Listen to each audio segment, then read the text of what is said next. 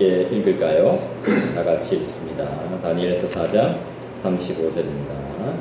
땅의 모든 사람들을 없는 것 같이 여기시며 하늘의 군대에게든지 땅의 사람에게든지 그는 자기 뜻대로 행하시나니 그의 손을 금하든지 혹시 이르기를 네가 무엇을 하느냐고 할 자가 아무도 없도다. 우리가 지난 시간까지 하나님의 작정하심과 하나님의 예정하심에 대해서 계속 공부해 오고 있습니다. 오늘은 소열이 문답 8문 주보에 보시면 있습니다. 한번 문제를 제가 읽어드리면 여러분들께서 답을 해보시기를 바랍니다. 주보의 꽉고 아래쪽에 있습니다. 소열이 문답 제8문입니다. 제가 문제를 읽겠습니다. 하나님께서는 그의 작정을 어떻게 이루십니까?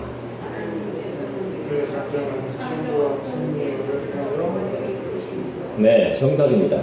하나님께서는 그의 작정을 창조와 섭리의 일을 통해서 이루십니다. 그렇다면 우리는 하나님의 작정이 도대체 무엇인지, 하나님의 섭리가 무엇인지 그냥 우리가 막연하게 아는 것이 아니라 오늘 분명히 알 수 있어야 합니다.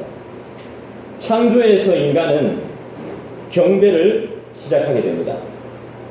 왜냐하면 무에서 무언가를 만들어낸다는 것은 하나님의 능력에 속한 것입니다. 여러분, 우리가 아무것도 없는데 유를 창조할 수 있겠습니까? 아무것도 없는데 무에서 유를 만들어낸다는 건 이건 하나님의 영역인 것이죠. 하나님의 존재가 여기서 확인되는 것입니다. 그 누구도 무에서 유를 만들어 낼 수 없습니다. 그리고 그 어떤 것도 이 세상에 존재하는 것은 무엇이든지 저절로 만들어지지 않습니다. 그 근원, 그 창조, 그 원인, 그 창조자가 있다 이 말입니다. 인정하지 않고서는 이 세상에 존재하는 그 어떤 것도 그 기원을 설명을 못합니다. 이게 바로 과학의 한계예요. 그럼에도 불구하고 무신론자들은, 믿지 않는 사람들은 하나님의 존재를 부인해요. 끝까지 부인합니다. 인간의 어리석음과 교만이 바로 여기에 있는 것이죠. 만물의 창조자는 누구십니까? 그렇죠. 바로 우리 하나님이시죠. 성경이 그것을 가르쳐줍니다. 분명하게 가르쳐주죠. 창조의 역사는 누구에서부터 시작하는 겁니까? 그렇죠. 하나님으로부터 시작이 되는 것입니다. 간단합니다. 우리는 어렵지 않습니다. 모든 것의 출발은 하나님입니다. 모든 것의 기원은 하나님입니다. 그래서 우리는 어렵지 않습니다. 과학적으로 증명해낼 필요도 없습니다. 스스로 계시는 유일하신 분이 바로 무에서부터 세상을 만든 것입니다. 오늘 우리가 대하는 이 작정, 이 예정, 이 교리는 현실적으로 많은 어려운 논쟁들, 그리고 문제들, 또한 오해들이 많았습니다. 그렇지만 이 세상의 모든 것, 전 우주의 움직임이나 참새 한 마리의 운명까지도 이 모든 것들이 다 그분에 의해 작정된 것임을 우리가 믿고 확신해야 됩니다.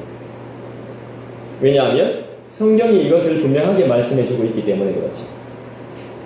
우리는 작정하심에 대해서 더 깊이 상고해 볼 필요가 있습니다. 생각해 볼 필요가 있는 것이죠. 이유가 무엇이냐 하면 하나님의 계획은 변함이 없으시기 때문에 그렇습니다. 하나님의 계획, 그러니까 작정이죠, 그죠? 예정이죠, 그죠? 섭리죠. 이 하나님의 계획은 변함이 없기 때문에 우리가 깊이 생각해 봐야 됩니다. 왜 이렇게 되는지, 왜 우리가 이곳까지 왔는지를 생각해 봐야 됩니다. 변함이 없으신 분이에요. 우리의 마음은 수도 없이 변하죠. 하루에 12번도 변하는 게 우리의 마음인데, 인간의 마음인데 하나님은 변하지 않는답니다. 하나님의 계획, 하나님의 작정은 불변하십니다. 우리가 이 부분을 잘 깨닫고 믿고 나가면 우리에게 큰 유익이 있어요.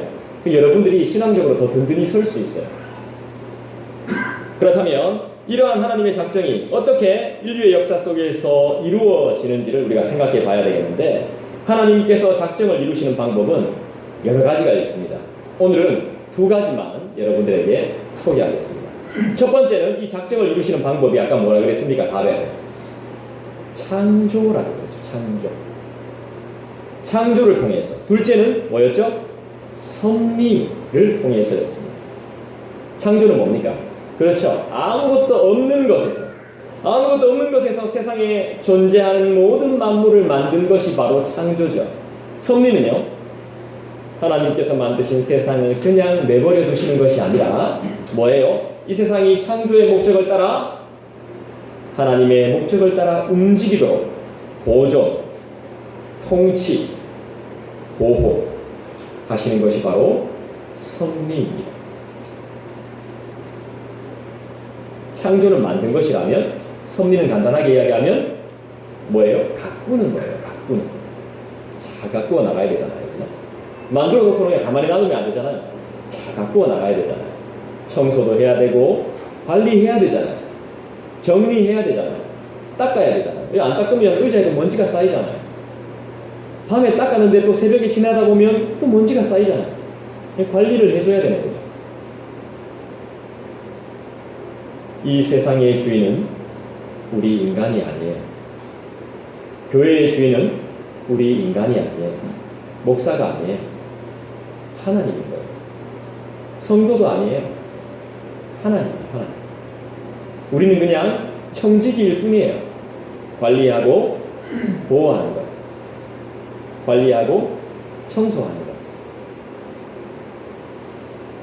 땅도 하나님이 주신 것이고 태양도 하나님이 주신 것입니다. 지하자원도 하나님이 인간에게 준 거예요. 우리는 빌려 쓰는 거예요. 그런데 주신 하나님은 무시하면서 인정하지 않고 인간 멋대로 살고 있다는 것이죠.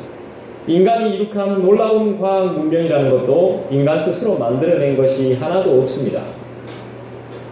만약 땅속에 기름이 없다면 인간이 이룩한 이 놀라운 과학 문명은 어떻게 되겠습니까? 아무리 멋지고 환상적인 자동차를 만들어도 사용할 수 없습니다. 인간이 만들어낸 모든 작품은, 모든 제품은 1차 자원이 필요합니다. 에너지라는 게 필요합니다. 에너지가 없으면 사용할 수가 없습니다. 멋있는 자동차를 만들기 위해서 아주 정교한 과학적 기술이 필요하지만 만약 땅속에 철이 없다면 어떻게 자동차를 만들겠습니까? 인간의 기술이란 없는 것을 창조해내는 것이 아닙니다. 하나님이 인간에게 주신 것을 활용하는 정도에 불과하다는 사실을 여러분들 잘 알아야 됩니다. 우리가 먹는 음료, 여러분들 커피 좋아하시죠? 커피 말할 것도 없습니다. 열매와 물이 없으면 앞으로 먹을 수 없죠. 여러분들이 앞으로 드실 때마다 늘 감사하시기 바랍니다. 오늘 문답 내용에 섭리라는 말이 나옵니다. 우리들에게는 상당히 어려운 말이죠. 교리 문답서에는 생소하고 어려운 용어들이 많이 등장해요. 그래서 때로는 해석할 때가 어려울 때가 많고 읽어내는 것도 어려울 때가 많아요. 그렇지만 어려워도 이 용어들과 그 뜻을 잘 이해하면 기독교가 무엇인가를 바르게 이해할 수 있습니다. 또 하나님이 어떤 분인가도 분명히 알 수 있으니까 열심히 듣고 공부해야 됩니다. 자, 섭리라는 말을 다시 설명합니다. 섭리는 세상의 모든 일을 하나님이 세우신 계획대로 다스려 가시는 것을 말합니다. 뭐라고 했습니까? 세상의 모든 일을 하나님이 계획한 대로, 세우신 대로 다스려 가는 것. 섭리라고 하는 거죠. 따라서 우리 언약의 백성들은, 우리 언약교회의 이 언약의 백성들은 세상의 모든 일이 하나님의 섭리 아래에 있다는 것을 알아야 됩니다. 하나님이 세우신 계획을 이루기 위해서 하나님이 하시는 일인 것이죠. 이런 상황도 닥치게 하시고, 이런 사람도 만나게 하시고, 또 이런 교회도 만나게 하시고, 또 이런 신앙을 배우게 하시는 것, 이 모든 것이 하나님의 섭리라는 것입니다. 사람이 세상에 태어나서 죽을 때까지 살아가는 모든 과정들을 인생이라고 하는데요. 인생이라고 말하죠.